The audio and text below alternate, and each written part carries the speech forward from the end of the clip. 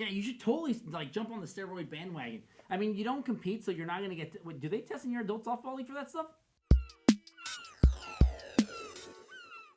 Coming to you pre-tape from the Best Coast Show studios. This is the Best Coast Show. I'm your host, Albert Aguilera. That is my producer, Curtis Stage. Curtis, we have a month full of UFC fights. There's a lot of events going on coming up here. We've got Fight Night with Barbie and Ken. We've got the TUF Finale, Edgar versus Mendes. We've got UFC 194, Weidman versus Rockhold, and of course the big one, Aldo versus McGregor. Yes. Yeah. So what do we want to start with? We want to start with Fight Night? Yeah, we're going to start with Fight Night. Guys, we're going to start with Fight Night. UFC Fight Night December 10th. It's a Thursday. So that Thursday, Friday, Saturday is going to be Fight Night, then the TUF Finale, then the UFC 194 card. So, be on the lookout for that. I know it's a Thursday night, so it's going to throw you off a little bit. But, December's always a very big month. It's the second largest month of the year for the UFC outside of their fight week in July. So Barbie versus Ken. I'm excited about this. These guys, are they dating? No, they're not married. No, they're not dating. No. Okay. Northcutt and Van Zandt are not dating. Okay. But just want to clear that up. Okay, but the UFC does treat them that way. I don't want to say they get special treatment. They're just not challenged, is what other fighters are claiming. But yeah, they're 19 and 21. Sage is 19. Van Zandt is 21. Yeah, they're still really young. You're not just gonna throw them into the fire. Yeah, especially for Northcutt, who fights at 155. The lightweight division is murderer's row. That's the every toughest week. one. Yeah. It's the toughest division. It can compete with 145, 155, 1 and 2. Those are the two toughest divisions in the UFC. Yeah. So you're not going to throw a 19-year-old who's only 6-0 into a fight with Cerrone or with Pettis or with Benson Henderson. Yeah. But this is a big. His fight's a big draw, though. I mean, people are excited about it. It's on Fight Pass. I don't think people are extremely excited about it. Not maybe in a couple years when he's got a few more. They're trying to build him right. And this guy he's fast, he's young, he's very explosive. Yeah. So this fight may end in the first round in the first minute. And, he doesn't get hurt, so he could be the Cerrone type that fights 4 times in a year, which would be totally great. Yeah. And eventually, the problem is he does fight at lightweight. Yes. It is murderer's row. Yeah. Fighting at lightweight, there's going to be a ton of competition everywhere. So at what point are you going to say, okay, this kid is now, let's say he wins his next 4 fights. This kid is 10-0, 5-0 in the UFC. He's not ranked, but at what point do you throw a 19, 20-year-old into, all right, hey, next up, Anthony Pettis, former champion. At some point he's going to have Gilbert Melendez, former champion. Yeah. Eddie Alvarez, former champion. Yeah. Dos Anjos, current champion. Could he fight some old dude to maybe who's in the division at 155? I mean, there's a lot of guys at 155. Yeah. So I mean, just to maybe like some old former champion. Well, I mean, everyone he fights is older than him. Everyone. Well, yeah, that's true. I mean, everyone he's fighting is going to be almost twice his age. I don't mean 24-year-olds. I'm talking about like a 30-year-old or a 34-year-old. Journeyman. Yeah. I mean, that's what they can feed him. And then, you got the headliner for that fight is going to be, who they are affectionately calling Barbie. You got 12 gauge in Van Zandt, who's going to be fighting Rose, number 3 versus number 7. And a lot of people are like, oh, this is a very interesting matchup because, everyone sees that Paige Van Zandt gets protected. Yeah. She's the baby, right? Because, she's the pretty girl. They want to put her in. Now that Ronda's not the champ, they were kind of pushing Paige Van Zandt to be this next Ronda Rousey type, but she's 21. She's really young. Her skill set is awful. This girl fighting and punching. Just imagine like putting on a T-shirt with a clothes hanger still in it. Yeah. That's how she looks when she's fighting, when she's punching. But that's her key to success, and that's her biggest asset. That she's a berserker. Yeah. She just goes bananas. She's like your crazy girlfriend beating the shit out of you when you do something stupid. Yes. Okay. She's got one mode, and that is go. Yeah. She doesn't slow down. She doesn't let up. She's constantly pressuring you. And yeah, her swings are wild. She's not all that coordinated. Her skill set is not there, but she's 21, so she's going to get better. But that's her biggest asset. And in fighting Rose is a former title challenger. Rose is tough. She dropped a thug from her nickname because she wanted a new mentality. Yeah. But she's a tougher opponent. She's more experienced. She's also very young herself. But she's an opponent that's not going to back down. Well, this is a good matchup because you got this cute young, and then you've got this thuggy Rose. Well, Rose is cute too. I mean, she did just shave her head. But it goes back to the whole Paige Van Zandt saying, "Hey, I'll shave my head for charity," and she never did. So, I mean, would Paige Van Zandt look as good if she also had a shaved head? We'd have to see. I don't know. She might. I don't know. She might.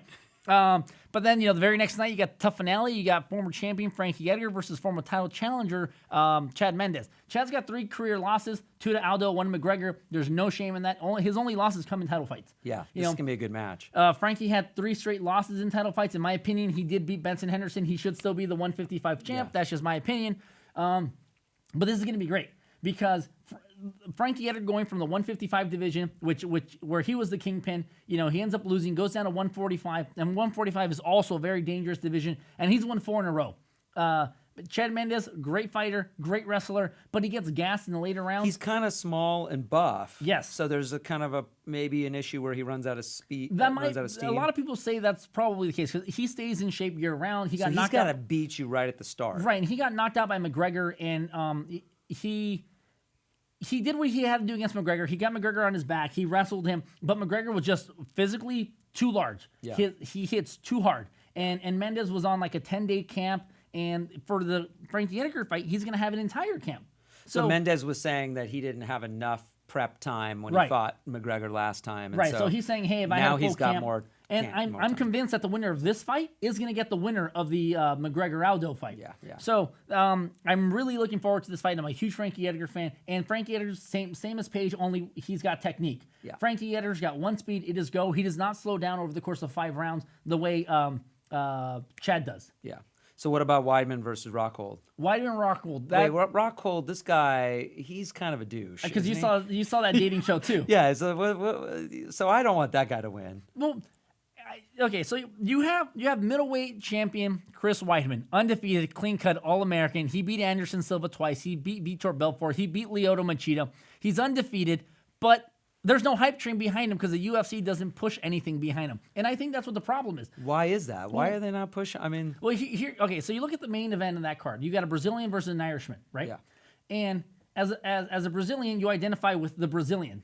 As the Irishman, you identify with the Irishman. But Chris Weidman being the All-American, as an American, American fans don't really identify with an American fighter or Americans unless it's an American team where people are chanting USA, USA for the men's national team in soccer, hockey, whatever. But as an American, you see that Frankie Edgar, Chris Weidman, as great as they are, all their support comes from the Northeast because they're from New York, they're from New Jersey. Yeah. You look at Chad Mendes, you look at all the guys at Alpha Male, Uriah Faber, they're Americans, and all their support, where's it coming from? Northern California. Yeah, look at John Jones, his support coming from New York. Very regional It's stuff. United States is such a large country, and it's such a melting pot of Mexican-American, Asian-American, African-American, and they support their individual fighters based on their heritage, not necessarily because he's an American, I'm an American. Yeah. And I think that's where the problem lies in these American champions, that they could be as good as they are, as great as they are, but the entire country as a whole doesn't gravitate to them the way the Irish fans do, the English fans do, the Brazilians do, because they identify with a Brazilian being a Brazilian, an Irishman being an Irishman. Okay, that makes sense. Aldo McGregor, this is a huge fight. Aldo, 18 months in the making, this fight. Yeah, I mean, he backed out of the last one. Wasn't that what happened? He hurt his rib. And, he got hurt. You look at the line for this. Conor McGregor's favored minus 160, Aldo's plus 130. The funny thing is, it's not even weird because, fight fans, that Aldo gets hurt regularly in practice, pulls out a lot. The funny thing is, these online sites have a minus 120 that Jose Aldo does not show up for the fight. Why is that? Why would he not show up for the fight again? Because he might get hurt or something, right? And that's also a reason why I think the UFC has Edgar versus Mendes as that insurance policy on Friday night. That makes sense. In the event that one of those two has to pull out, Frankie Edgar's ready to go. Because Chad had his chance the previous time where they also told Frankie, hey, bro, be on standby. But they ended up going with Mendes. In this case, they have both options, but they would go with Frankie Edgar this time. Aldo gets hurt in camp. Why? Because they're just, what's going on? They're all out fighting in camp? They're not wearing pads. That's a lot of it is they go full contact. And you have the kind of fighters that just bad luck. I mean, you look at Cowboy Cerrone, this dude does not get hurt. Yeah. Knock on wood, because he's got to fight this month. Yeah. Knock on wood, he doesn't get hurt. He's got a sustainable body, and he's ready to rock. But then you have some guys like Cain Velasquez, like Jose Aldo, who get hurt in camp, who get hurt walking down the street. Yeah. So that's just so it is what it is. Oh, yeah. So coming up after UFC 194, to continue the 30 days of UFC, you got Dos Anjos versus Cowboy Cerrone, 155 title, UFC on Fox. And then you got UFC 195, which was where Ronda was supposed to fight originally. That's right. Until Robbie got his thumb hurt and they swapped cards. So that New Year's card is going to be Lawler versus Condit. Condit's coming back, so that's going to be a great fight. But I think I think this coming month is going to be just phenomenal for the UFC. Let's just hope people don't get hurt. I mean, Karate Hottie got pulled from UFC 194 because she got hurt, but it wasn't one of the headliner cards, so I'm okay with it. But the injury bug needs to stay away from these because we've been waiting 18 months to see Aldo versus McGregor. Exactly. And that's what I want to see. And I'm pulling for McGregor in this fight. McGregor is a very large 145 guy. I mean, he walks around at 180 pounds. So does Aldo. But Conor McGregor is just so much larger physically. He has a heavy left hand. He's not as fast as Jose Aldo, and I know based on the stances that Conor McGregor takes, he always takes these very wide open stances, and he always tries to mesmerize you with his movement. He's going to get his leg kicked. He's going to get his thigh kicked because that's what Jose Aldo does. Neither one of these guys go to the ground. They're not wrestlers. They don't do the jiu-jitsu. I know Jose Aldo's got the jiu-jitsu. So it's a very even match. On the feet, yeah, because that's where it's going to stay. I don't anticipate either one of them is going to go for a takedown because they don't do that. That's not their style of play. But I do like Conor McGregor in this fight. Conor McGregor doesn't slow down. Conor McGregor stalks you right off the bat. He gets in your face and he stalks you across the octagon. So which one's crazier?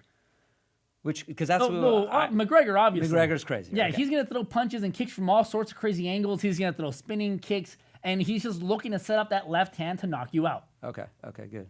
So nice. So those are very exciting matches we have coming up. I am jacked. I'm so excited. You're very jacked. Yes, I'm excited. All right.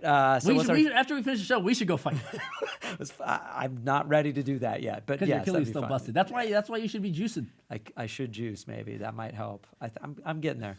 So what's our gift of the day? All right, guys. Gift of the day. This is Northcutt dicking around with his friends, tasing each other in the ass because he's 19 and 19-year-olds are stupid. I mean, I have no idea. I mean, I've been tasered before, and I've tased friends before. I'll probably also when I was 18, 19. Don't do it. It's not fun. It's really stupid.